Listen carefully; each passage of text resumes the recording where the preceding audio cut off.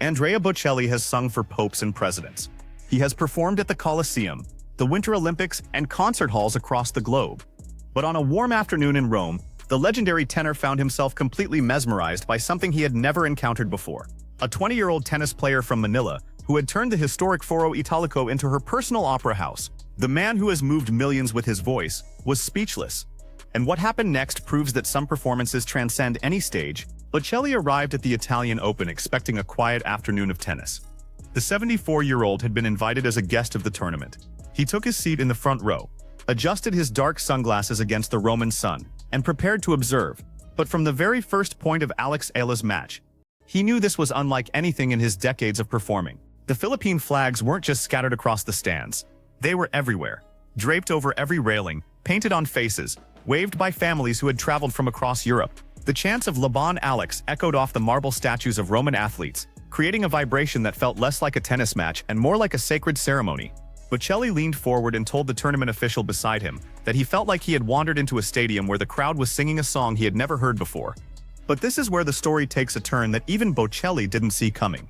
Because what started as polite curiosity was about to become the most emotionally charged comeback he had ever witnessed. Eala dropped the first set 4-6, struggling against the polished ground strokes of her Polish opponent. The flags dipped slightly. The chants softened. But something extraordinary happened. The crowd did not leave. They did not turn away. They leaned in closer. Bocelli watched thousands of Filipinos refuse to abandon their player, and he later said it reminded him of an opera audience holding its breath before the most difficult aria. The second set was slipping away too. The Polish opponent had seized control. Then Bocelli heard something that made him pause mid-conversation. The crowd, which had been roaring just minutes earlier, fell into what he described as surgical silence. Not the silence of defeat, the silence of anticipation, the kind that precedes a crescendo.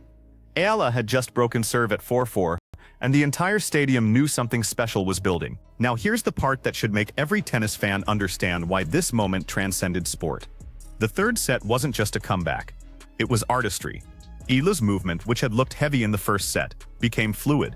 Her serve, landing at barely 50% earlier, suddenly found corners with laser precision.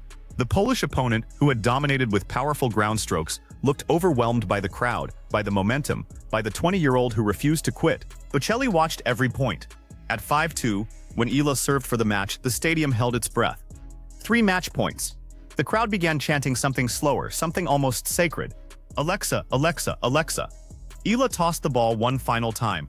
The serve landed in the corner. The return found the net. The Foro Italico exploded. And then something unprecedented happened. Andrea Bocelli, the man who has received standing ovations from heads of state, asked to meet the young woman who had conquered Rome. He told her that in all his years of performing, he had never felt what he felt that afternoon.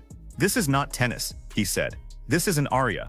And I am honored to have witnessed it." This victory was Eala's breakthrough moment in Rome, her first clay court statement since breaking into the top 30.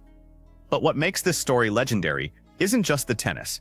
It's what it represents. When one of the greatest artists in the world recognizes artistry in another form, when passion transcends language and culture, when a tennis court becomes a concert hall, that's when sport becomes something eternal. The question isn't whether Eala will return to Rome next year. The question is whether Bocelli will be there in the front row, not as a guest of the tournament, but as a fan of the music that only she and her people can create. Because some performances you don't just watch, you experience them. And some artists you don't just admire, you learn from them.